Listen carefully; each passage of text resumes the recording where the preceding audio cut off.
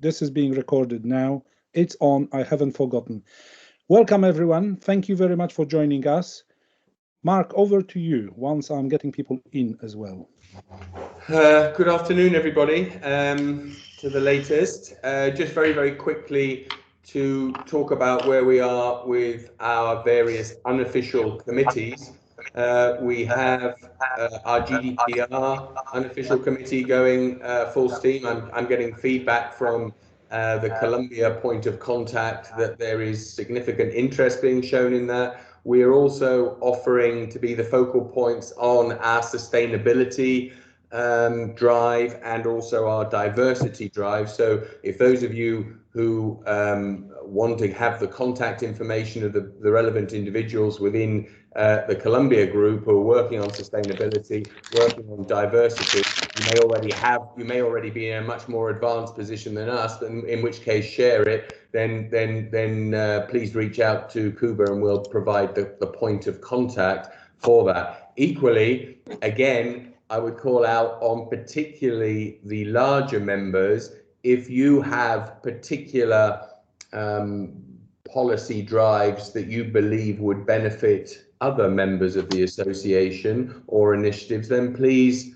throw your hat into the ring and let us all benefit. I'm happy to carry on doing so as Columbia, but there are others of you, not just the big members, but also the small members that may have really interesting initiatives that we should be sharing and can valuably share without prejudicing any competitive advantage. Things like sustainability, diversity, Gdpr for the benefit of all of us and our clients, our colleagues and our crew. So that's good.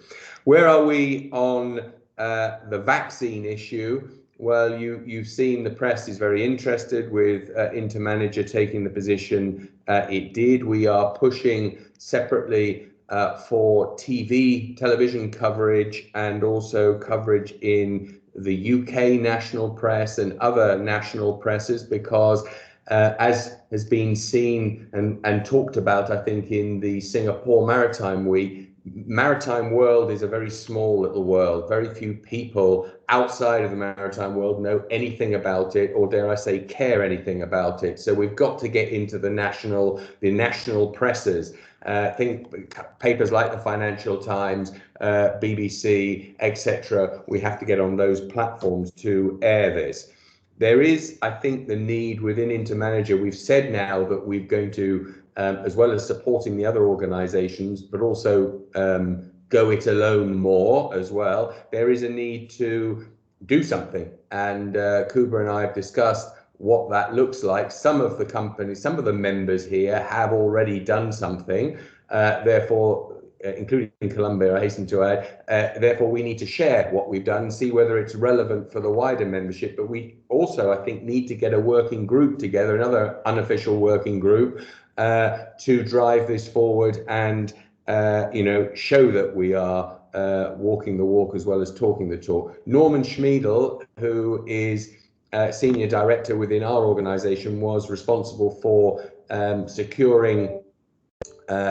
potentially securing vaccine supply for Colombia. I'll put him forward as the point of contact on this. Please nominate, some of you come forward via Kuba and get Norman's details if you don't already know them, and then let's have a really tight, dynamic working group to shake the cages. We all have to rattle and shake whatever cages we possibly can to bring this into the public domain and the public appreciation. I don't frankly care whether InterManager gets the brownie points for successfully doing this, or whether it's ITF or whether it's ICS. What I care about is to ensure that our crew members get vaccines. So whatever we can do to assist that by rattling as many cages as we can in as loud a manner as we can, together with working with other organizations, but also individually, then we should do that. And as I said, this is not about being the knight in shining armor to achieve the unachievable. It's just doing something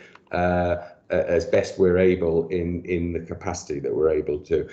Last point, General principles, the code of conduct. Again, Kuba and I have been talking about this quite a lot over the last 2 weeks. We have approached a company in Greece called Alpha Marine. Some of you will know who they are. We'll also get them to become associate members of this association. I don't believe they are already, Kuba. Alpha Marine are very close to all maritime sectors. In fact, they did a very similar exercise for Intercargo. When Intercargo put together its code of practice and principles and bylaws, they are going to, and they've been mandated to put together the starting draft for which we can then discuss and take forward. The problem with drafting anything by committee is that we'll all be old people by the time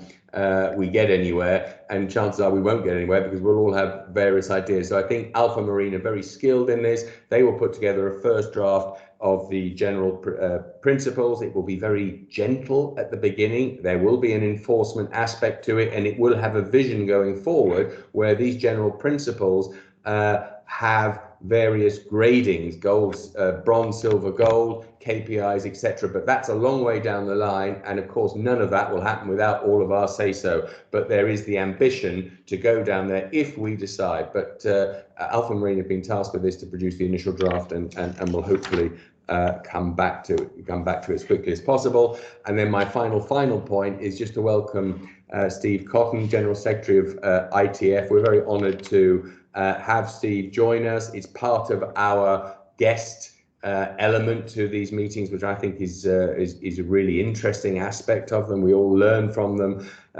It's also an opportunity to build a relationship where I think personally, coming from a legal background as a lawyer, also in my company, the ITF is all too often seen as, if I say the enemy, in inverted commas, I'm being too strong, but seen as perhaps unnecessarily as an adversary, where it's not at all. And what hopefully we will get from this is a better understanding of what the ITF does, and hopefully explore opportunities with which we can work with the ITF together in a proactive manner on specific issues and policies. One of them being, of course, the vaccine question, which I do think would be very interesting to join or link arms with the ITF and move that forward. So that's all from me. Thanks very much, Kuba. Excellent, Mark. Thank you. You're giving me 2 extra minutes, but I promise to move to Steve very shortly because we otherwise will be wasting his time. But using my slot, members' issues since last meeting, we have concluded first snapshot of the on-signer testing positive. And because that's only the very first point, I don't have statistical graph or anything, but I can report to you that we did have some companies which did not notice any increase. However, majority of you were reporting between 14 to 20% of on-signers testing positive. We don't know whether it is growth or not. The gut feeling is then it is increase, but we will do another snapshot in May, and then we will compare. So we will see what's happening.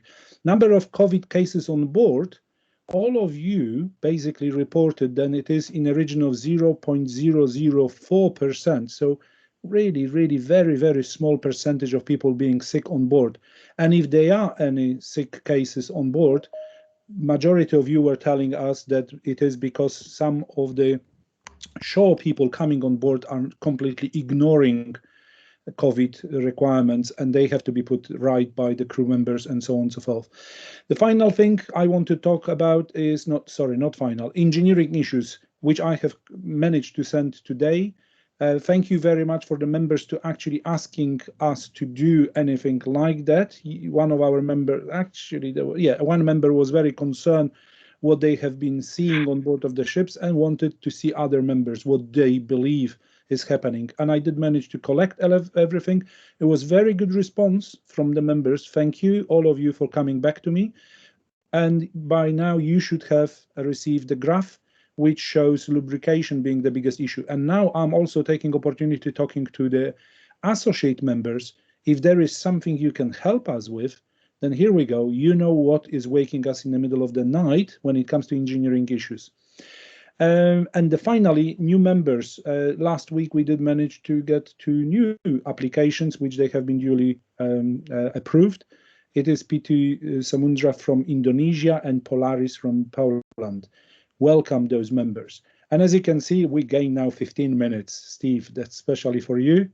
You are 15 minutes earlier. Thank you very much for joining us. Thank you for listening to our issues. As you can see, the 60-minute meetings have been now going for 2 months. Quite popular among our members. I would, for the sake of good order, remind everybody that we are recording it, so you can use it to share with your co-workers, with your colleagues. And Steve, over to you. Can I just, before Steve kicks off, can I remind everybody, and I'm sure it's not, but I'm reminding myself as much as anybody that Steve, the purpose of Steve is to talk about ITF and how we build relationships. I think in any relationship, there are times when either side makes mistakes and either side fails the other. And what I've assured Steve and so has Kuba is that we will, as we always are, be very respectful to our visitors and really focus on the future and the positives rather than perhaps question the past, where we, as I said, we all made mistakes in relationships. So I just remind us all of that. Okay, so first, Mark and Kuba, thanks very much for the opportunity. I would say don't hold back, because the reality is so unfamiliar to, I think, most people online, and probably the ITF's persona isn't always the same as my persona. So kind of the conversation is, what are we trying to do? And, you know, many of the people on this call I've probably known for nearly 30 years, which is a bit scary. So as the General Secretary, I don't want to date you, Dirk. So as the General Secretary of the ITF, just a little bit about what is the ITF. Our numbers, or the numbers of workers that our affiliates represent, is in the region. If we were at 20 million, we're now down to 18.8 million because of the COVID impact in civil aviation and all the other spaces. We are a global trade union federation, which means whichever union joins us is an autonomous, democratic union in its own right. So our job is to create solidarity, provide expertise, lead in the international arena. And today I'm going to talk a little bit about COVID response, and I do want to pick up, and I know that one of my team members was very well briefed by your team, so I do want to clear up the enough is enough strategy, and I do want to talk about why things happen, because I think it's kind of critical. And Mark, at the beginning, you touched on it in some of the senses, but so ITF inspectors are made up of, I think we're nearly 150 around the world, and some of them, your members, deal with them directly, and others of your members will deal with our national affiliates directly. But what became very clear to me, and you know, I used to be what we describe as the maritime coordinator, which is responsible for the 4 maritime sections: seafarers, dockers, inland waterway, and fisheries. In 2014, I became the General Secretary, and I kind of left you alone, and I kind of miss that, and I miss you in the sense that something quite unique and special about maritime, and maritime has shown itself to be resilient in the face of COVID. But we are the hidden industry, and again, Mark, you said it about the media, so I'll talk about the strategy. But what became very clear, I think, we represent under our membership something like 950,000 seafarers through over 200 maritime unions. But when this started, we recognised that the situation wasn't one of a traditional industrial one. It was a humanitarian global challenge. So the reaction from us was we had to kind of leave our old protocols at the door and work out how do we collaborate with the players that we had long-standing relationships. So for us, that's the ICS, because we're their partner in the International Labour Organization, although if you read today's press release, that doesn't read too well. And we're also our partners in IMEC, in the Joint Negotiating Group, which has built the International Bargaining Forum.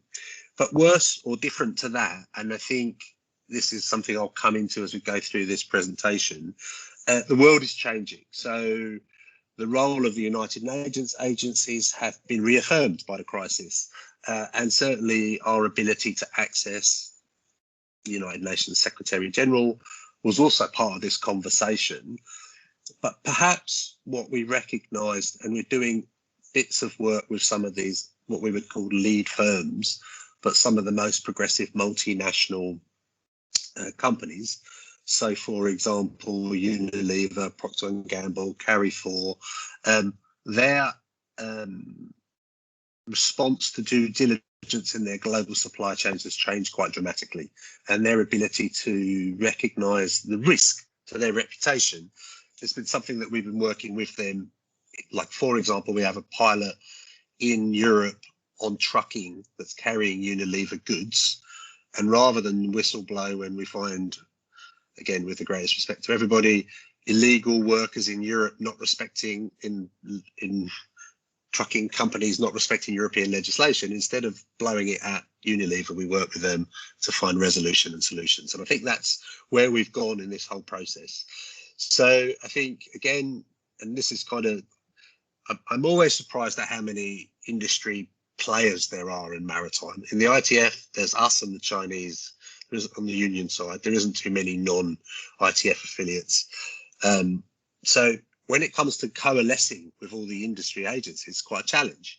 And I've run into Cuba quite a few times, and we literally don't seem too far apart on most of our pragmatic approaches to things. But we use the ITF's union in the Philippines, AMASUP. Very many of you are familiar with them. We put more money into testing, so we help them get their PCR kit, and we help them because it was very competitive in the Philippines at the beginning. And we were gravely worried that seafarers would be super spreaders. So we had a conversation with ICS and IMEC, our partners, about what do we do with this? And we came up with the recognising, and, you know, I'm very familiar with the Philippines and the outlying regions, how difficult it is to get a Filipino to understand what isolation really is. And there was a whole education and responsibility there to say, when it says a stay-at-home notice, it means stay at home, don't speak to anybody. So we came up with the formula about how to build a testing regime, and we used the AMASUP technicians from the lab to visit the hotel. We locked them in a hotel room in the nicest possible way, and we tried to provide video and TV and all those issues. And that's been done with IMEC. We then had the Singaporeans, and I think, and again, I'm open for conversation about this because it also comes to the end and I'm very worried about time.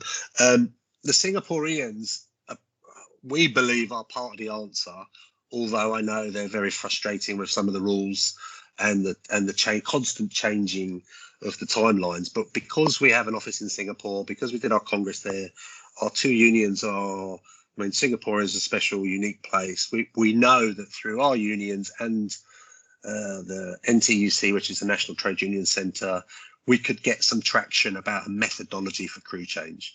And as part of that conversation, first it was PCR, now it's looking to creating a hub in Singapore for vaccination. And we're driving this as a partner, and we're also in a conversation, and I'll come to that in a moment, in the World Economic Forum, who have their annual general meeting in August and want to show the world that Singapore's open for business.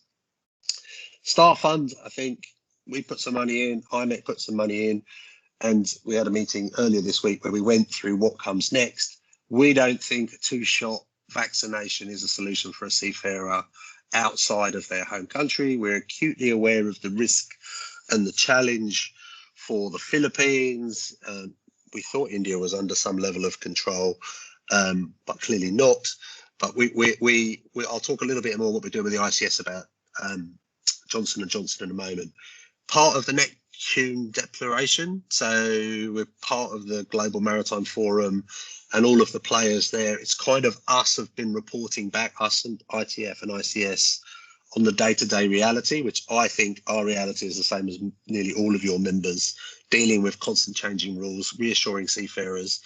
The pilot in Singapore is also, and we've met 2 or 3 different, is kind of recognizing that we will need some form of seafarer's passport, whatever that electronic QR code that's untamperable, and frankly it has to be interconnectable. So we're talking to 2 different providers, and in the Manila pilot we have at the moment, we have a QR code that cannot be tampered with and doesn't breach any data rules. So Amazon have to be verified. They search it, one unique code proves that seafarers had a PCR test, and we hope in time vaccinations.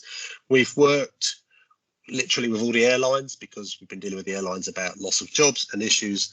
We've been working very closely with the Qataris. We started a bad relationship with them about their airline at one stage. We now have a very good relationship, and they're ready to set a hub up in Doha. They've opened a seafarers lounge. And again, we're looking for places that could roll out the process. Just looking how I can speed this up for you, Mark.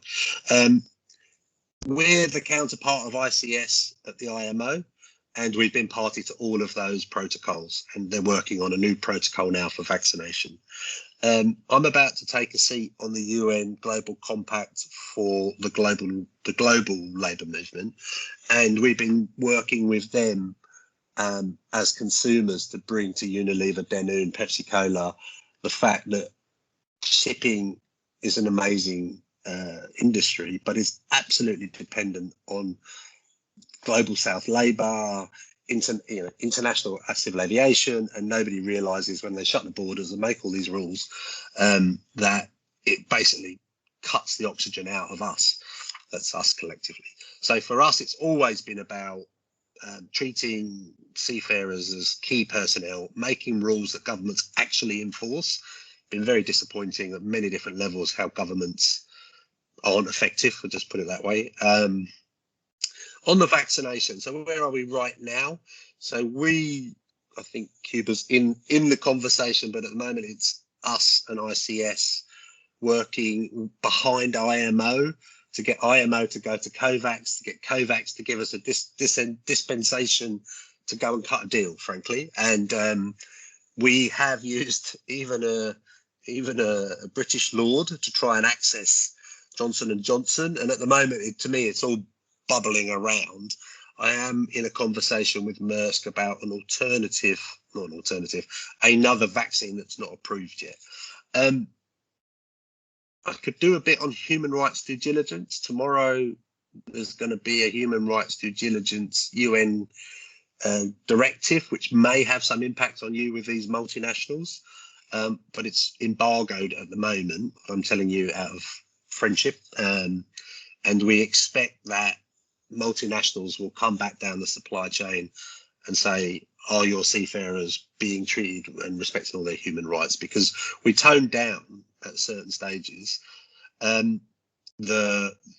Enough is enough, and I know that's a tentative issue for you folks. I have to say, everything we did about enough is enough was in consultation with the ICS and IMEC. And I was dealing some stages with ship owners going crazy about their charterers, and it was all meant to be to explain the risk for the world's economy and or its response to COVID, that if you don't respect the seafarers, and I meant the seafarers and the ship owners and all of us, then don't be surprised if they take action into their own hands because they are frustrated. And if we get time in the questions, I'd love to ask you, do you see the impact of jobs? Because that's what I'm getting anecdotally. It's more difficult to get seafarers to join the ships, and particularly as the COVID is getting worse and worse in India and the Philippines. I'm supposed to cover the future. Climate change, we're trying to educate our leaders that climate change is an issue for the shipping industry. It's something we've finally got moving. And there's a conversation about whether we sign up for the ICS recommendation about a super fund to build brand new infrastructure, or whether we add it to COP. But for us, I think it's also all going to be about what does a job of a seafarer look like? What is the engine room going to look like? And I'm assuming there's going to be questions then about what does the composition of a crew look like?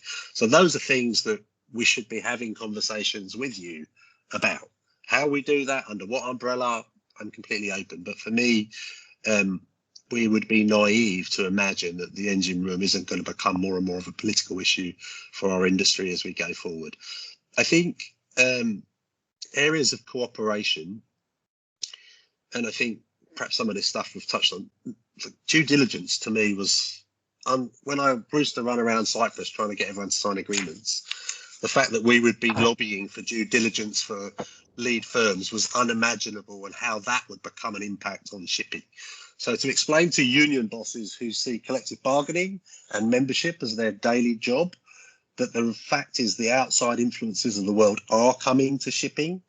Even trying to explain in the middle of this crisis, the Ever Given situation, again, probably one of your members, probably a company that we've got a good relationship, definitely a ship with a good agreement, definitely a good crew, to try and explain why there's a Taiwanese company, a Japanese company, a Cypriot ship manager, and a Hong Kong office and an Indian crew was kind of crazy. And I think we have to come out of this as an industry where we say, look, we do have good standards.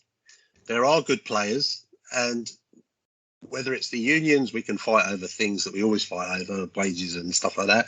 But it doesn't change the point that our industry is under more scrutiny now. And I think a collaboration of partners is probably more important. And for me, COVID on a personal levels, we work with people, and unions are all about people, and shipping is all about the seafarers and hopefully better quality ships. The ITF still does a lot of really good humanitarian things. We don't always talk about it for fear of creating crisis. We have been counselling, Mark, one of the sessions you and I were on, you talked about well-being. Our crew, our claims handlers have turned into more like counsellors, and they're not trained to be counsellors, if I'm perfectly honest, than actually claims handlers, because the reality is seafarers going, can I get off in this country? My ship owner won't let me do this. My ship owner won't let me do that. And we had to protect their integrity and work with all the people we have partnerships with, which frankly is most of the people on this call. So the ITF as an adversary, I kind of feel like we've changed a lot in that 30 years. I don't know that some of our leaders of our unions, and I could probably pick my president, who's the boss of the Australian Dockers Union, he's not changed very much at all, right? His audience is still very much the same.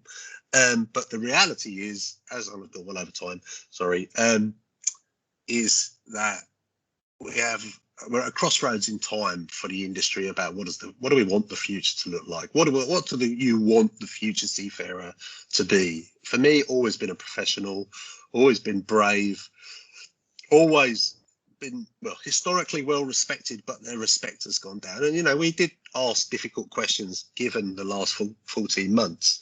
If the world's seafarers were American or British, would they be having the problems we'd had in getting medical health and treatment and getting on board off ships and be allowed to move around? So, we've done a great job working collaboration, I think, ICS, ITF, IBEC. Happy to work closer with you in whatever space you feel we can develop each other. I do think we're at crossroads about how that collaboration looks, and you have to bear with us because some of these things are really scary. The industry changing for some of my union leaders is a difficult space for them to understand. Why is climate change an issue for Conrad Oka? And I say, well, you've got a cadet school, you've got training, all of these things will impact in you some way. What's the alternate fuel? And where does Philippines fit? You may have, I don't know, the solutions about, I think COVID will be with us for some time. We anticipate that all of the steps that we need to put in place to protect seafarers, but also to protect the industry, reputation, cross-border movement, need to be built on transparency and honesty. So I hope I've represented the ITF pretty honestly, and I'm really happy to have any question. I mean, sometimes I get confused what the difference is between ITF and Steve Cotton, and we're a democratic organisation. I happen to have the privilege of leading it, but it certainly isn't a top-down organisation. There's a very democratic combination underneath that can do and say as they please. But we do think working together is very much. And last thing, Mark, sorry. I've been dealing with civil aviation as well through this crisis.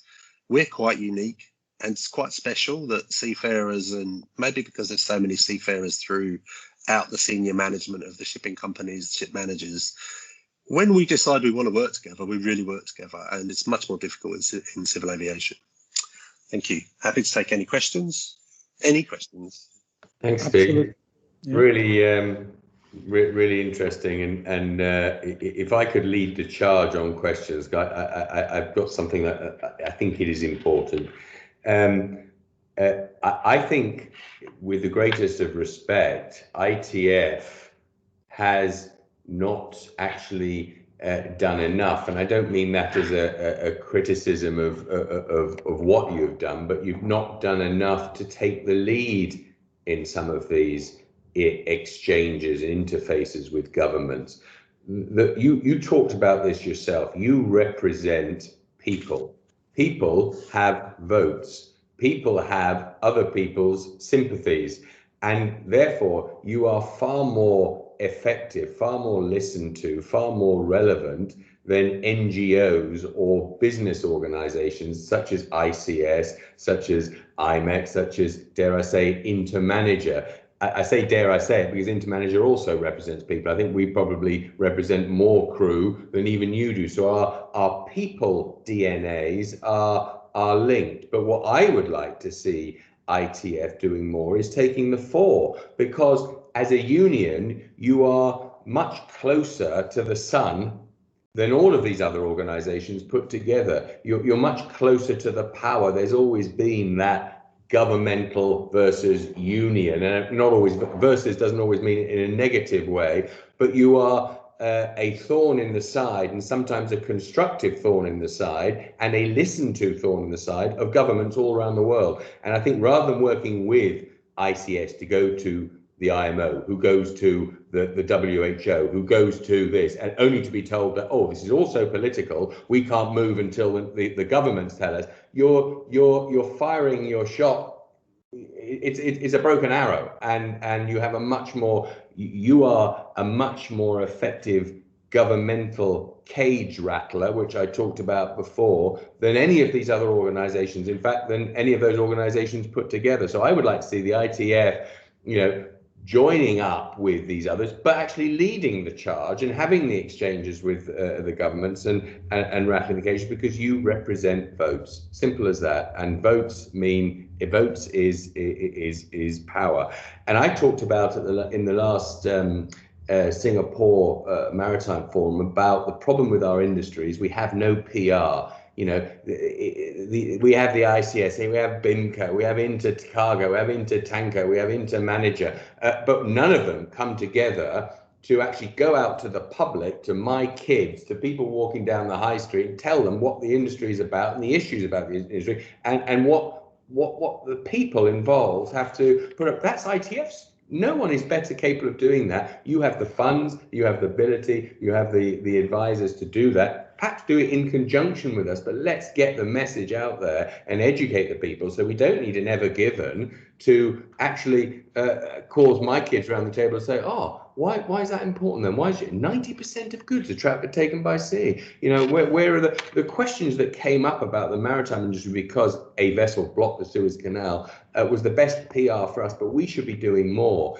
And the BIMCO type video that we all loved, we all loved it within the maritime cluster, and we all patted each other on the back and said, didn't BIMCO do a great job? But how many people outside the maritime cluster actually got to see that video? Because it was internally focused. It was, aren't we as BIMCO doing a great job? Didn't we produce a great video? It has to go out. And that's what I would say, raise your sights and actually be the leaders, not just the agitators within the industry and the followers on, because that's what you are. You're a people. You represent the people, and then we will build up so much better the relationships that we talked about wanting to, and work together on proactive and have a much better understanding of each other. So that would be my request.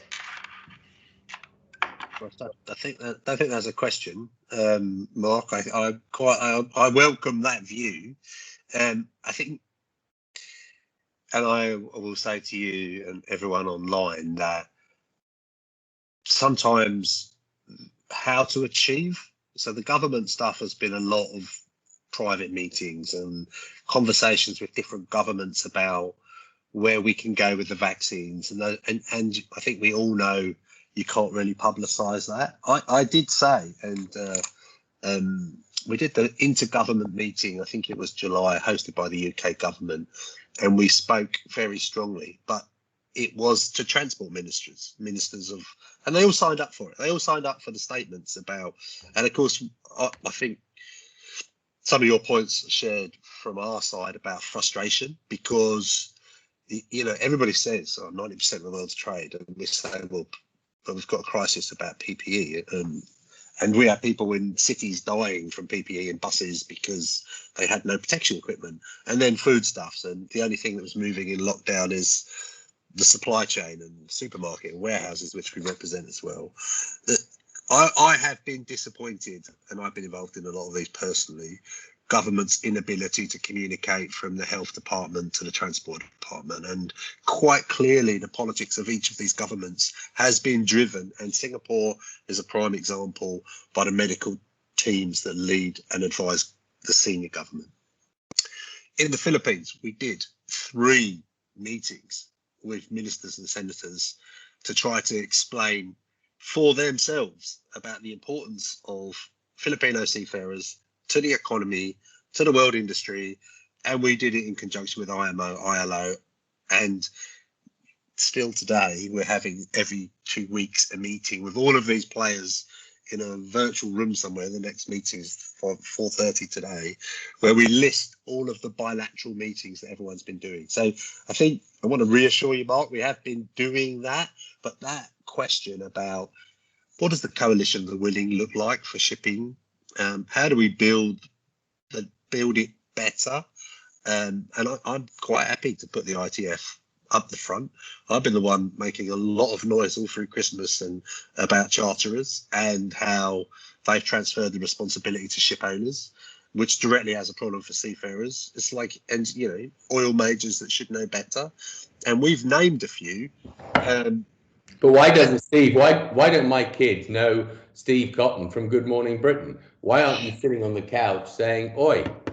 You know, that's what unions do, isn't it? Unions are a pain in the backside, and maybe you know, your focus. Maybe you need to be more of a pain in the backside outward from the industry players than focusing inwards, because it's all about prioritization. And you know, we are looking after our seafarers as a collective. We are looking after our seafarers. We are ensuring that they're getting the best pays, the best rights, etc., etc. Now perhaps it's time for ITF to look outward and be a pain in the arse, and you know, because maybe there is a place on that couch for you to say, do people realize?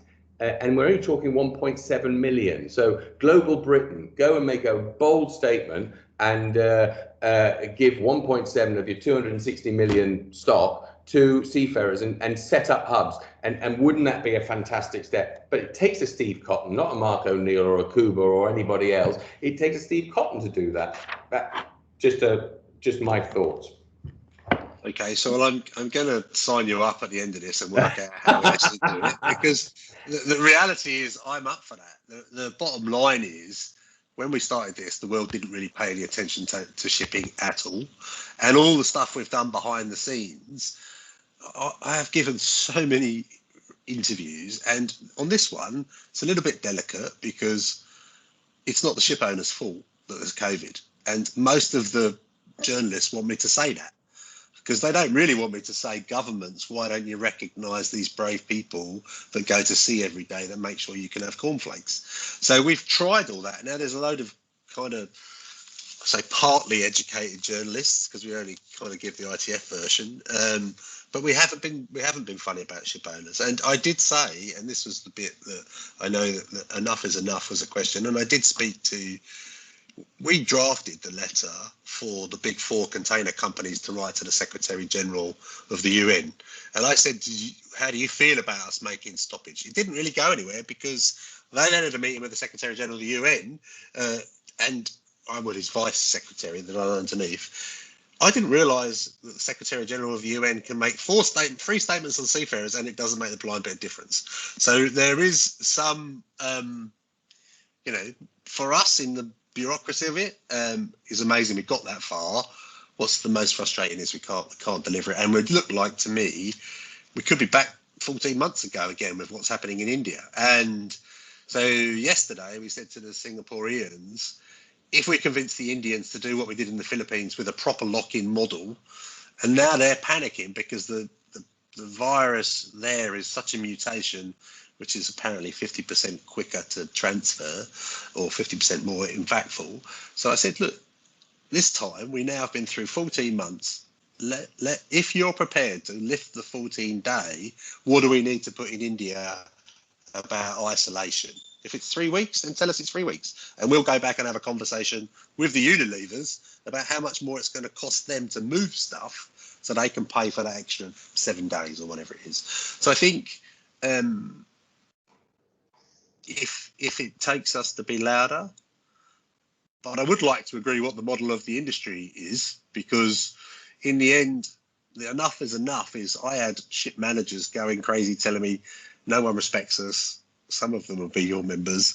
What are you going to do, Steve? And I said, well, we'll strategize about saying the seafarers have had enough. I lost some agreements to the ITF because of that. I had to make personal telephone calls to a number of big ship owners.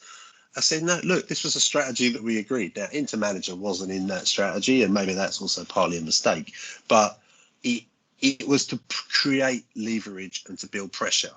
If the world thinks all their ships are going to stop, then you'd think then that the governments would go, well, that's not going to work for us because foodstuff's reality. So I'm taking it all on board, Mark, and I'm happy to invest in what do we do next, because I think that's the big question. I don't think these challenges leave us, after our hour. But I'm happy to ask any other questions. And if there's someone there that wants to ask me directly about something they don't like, I'm also quite open about that. I never have been anything other than open about what the ITF does. And we make mistakes too. There's no question about that. Yeah. Cuba, this is Rajesh here. Can I jump in, because we have got 15 minutes left? Go for it. Yeah, I think I wanted to say, if you've got a question, please raise your electronic hand so I can actually direct the traffic. Rajesh, yes, please, go ahead. Yes, I think Mark very certainly put it out, although he did mention not to go much in the past, but I can't help myself to the future lies in the reflection of the past. So I will still come to that aspect. He made use of the word enemy. You have, whether the perception remains as an enemy is fine, but you have a bigger challenge when you have an irresponsible enemy. Because even when you're dealing with the enemy, there are rules of engagement. So I know the ITF have understood the enough is enough was, and just for Steve's benefit, just a very simple and honest feedback. The one who wrote that article or the ITF publication had absolutely no inclination of what happens on the ground. It was nothing but copy paste from the MLC code. At the time when it came out, it had a picture of a aircraft taking off. Seafarers have the right to repatriation, but nobody realized how many planes were taking off. So how could you throw that out to that? Anyway, that's the past. I think from where we sit, and in particular where we sit here at Campbell Shipping, I know it's a difficult time. Key worker status. We should have thought about seafarers as a key worker status, not when the COVID struck, but much before that. We always knew 90% of the trade go through the ships for many years now, for decades. But we never pushed the key worker status. But I don't think so it's going anywhere. I think you need to be more vocal, as Mark mentioned.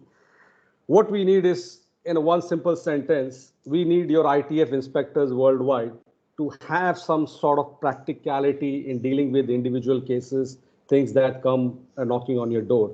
There are real challenges on the ground. And I think some of the people are getting carried away by the position they hold or the ITF designation that they hold. It gets to them personally. They have to be, mindful of all the challenges that we hold. So all we ask is a patient listening to the challenges on the ground, and that we are working through.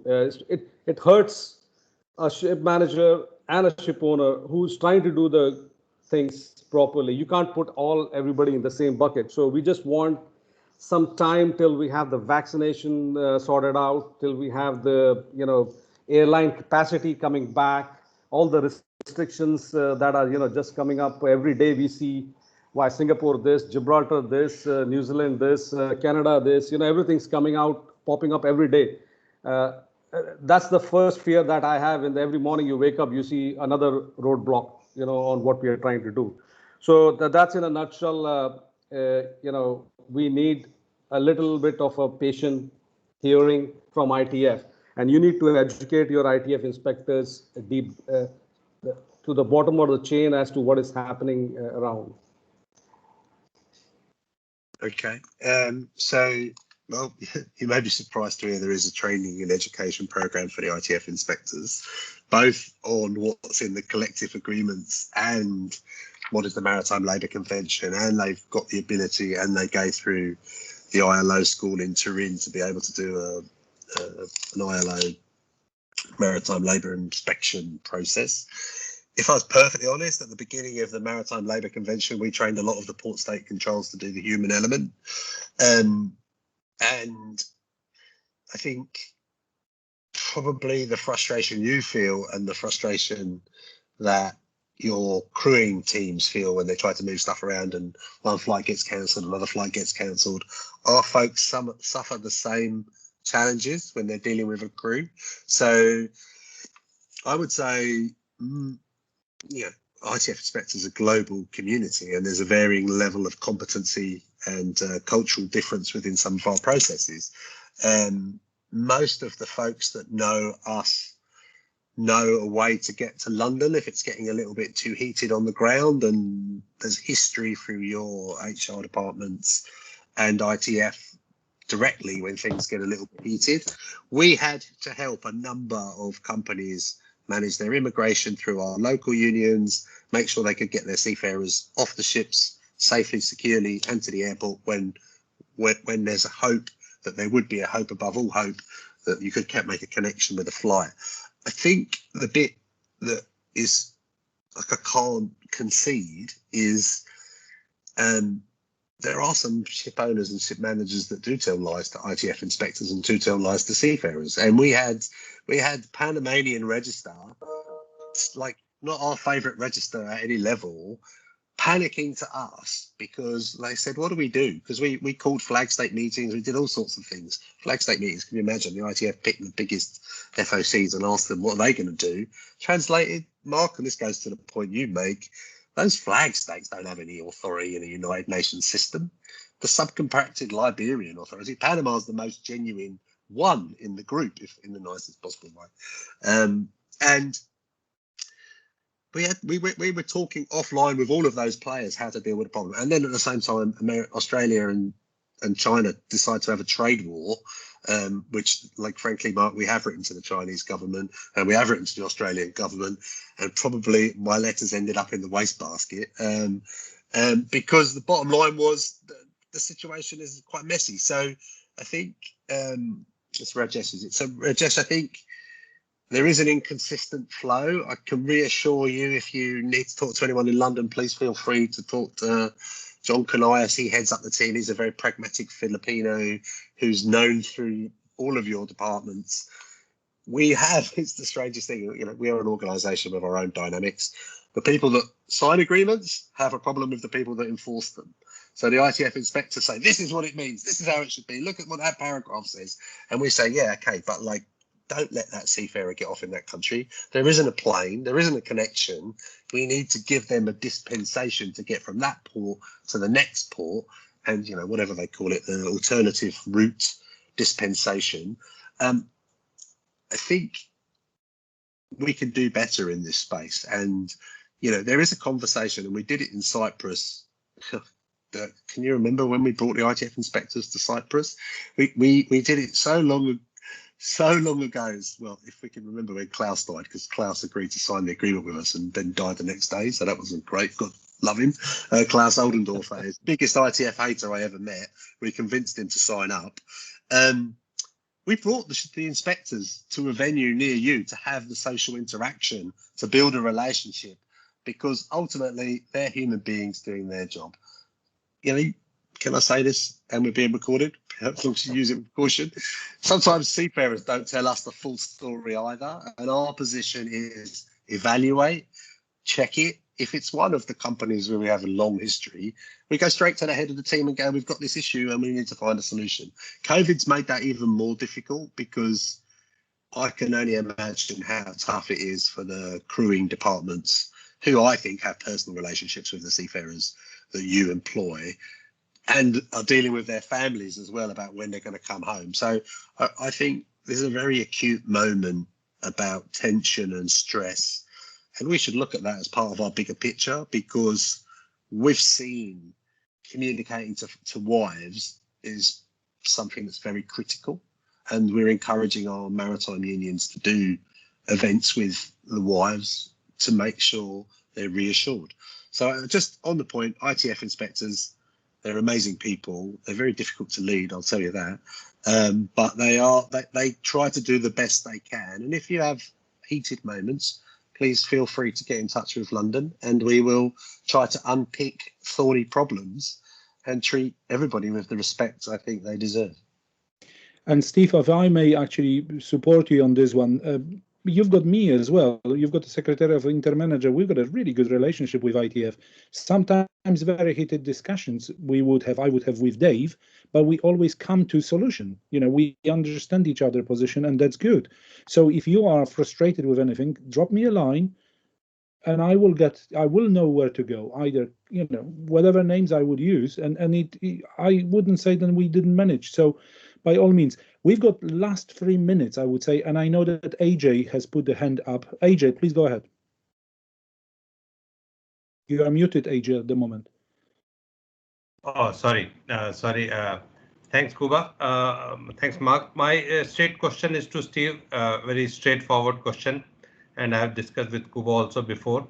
Is there any plan by IMO with the help of ITF to have some leniency against, as was declared last year in delayed crew change, for the extension of contract, 7 months up to 9 months, 9 months up to 12 months, because currently it is creating really again a panic situation because of delayed crew change. The panic crew change is not leading to the quality crew change, and we are really facing a huge problem.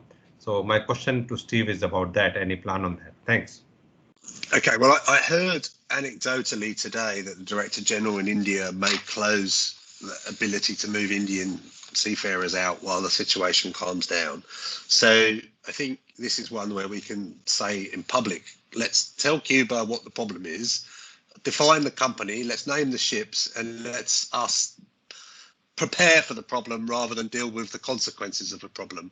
Because the reality is we've got a very strong enforcement from port state control over the implementation of the ILO. There was a force majeure argument in March 2020 that you couldn't do crew change. And we accepted that. We were party to that. We didn't say it, Mark, but we were party to it. Then as things opened up, and I think, again, we saw the 400 go down to what we think is approximately 200,000 over contract. But now with what's happening, and I'm very worried that the Philippines will go the same way as India, that we're going to have to kind of solve the problem in advance and have the conversations with the company, but with the IMO, with the ILO.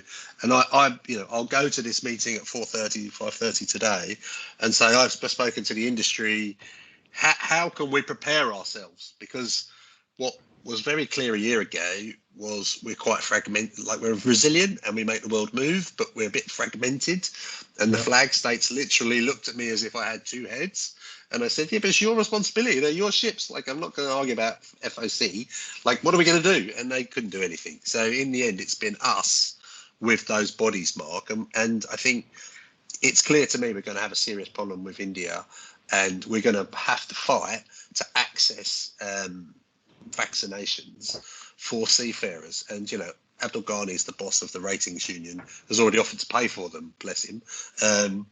So I think our solution on that stuff must be include Cuba in the conversations about hubs. Let's break through that. But while we're working our way out, and we don't think, like, our target for Singapore would be to have secured the one-shot vaccine, to have a dispensation from the Singapore government, even if they haven't registered it, because we've got strong protocols. We probably need a conversation with you about the indemnification of you as the employer with the seafarer for the shot, because, like, there's a lot of politics around this. How do we make sure a Filipino can pass through Singapore on the way to join the vessel, gets his one-shot jab, gets a quantifiable, untamperable proof that they've had the vaccination, and join one of your ships? We're choosing Singapore. We've got 6 other countries: North America, Holland, UK. I put Panama on because I think we need something in the region, but Panama's a disaster when it comes to vaccination program. And I'll be careful what I say, but you can't be certain that if we send vaccines there, we need to be certain they're going to go to seafarers and not disappear, to use an East End vernacular, off the back of a lorry. So we need to make sure whatever we come up has got due diligence protection. So AJ, happy to deal with the detail and recognise that certainly for Indians, we're going to have a serious challenge coming right up. And Cuba, happy to open and have the conversation. Dare we even meet in public next week in London if you're still there, you know, and have a conversation about how to deal with it. Because what I did say, and I will know we have to finish, I perceive, and taking on board what Mark said, the ITF from the old ITF, where we were always looking for a fight about everything, now it's all about solutions. And the conversation about a solution has to have an industry take up, has to be our collective solution. Yep. And I'm ready to put the ITF into that space.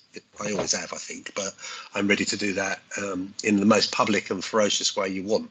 But I think it's an opportunity to reevaluate how we have our relationships. Thank you for the opportunity.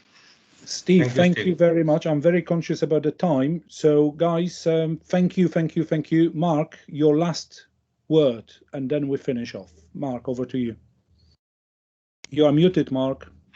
Thank you very much to Steve for coming along. I'm sure all of us will agree that you're an incredibly likable and genuine individual. In fact, probably the most likable and genuine union person I've ever met in my life. So that's fantastic. And you know, you're more than welcome to join us anytime. I found it incredibly interesting. And let's fight for the solution on the vaccines. I think this would be a great start to you know, perhaps a more constructive and understanding relationship, really joining forces and fighting for this vaccine. I think it'd be brilliant. Thank you all.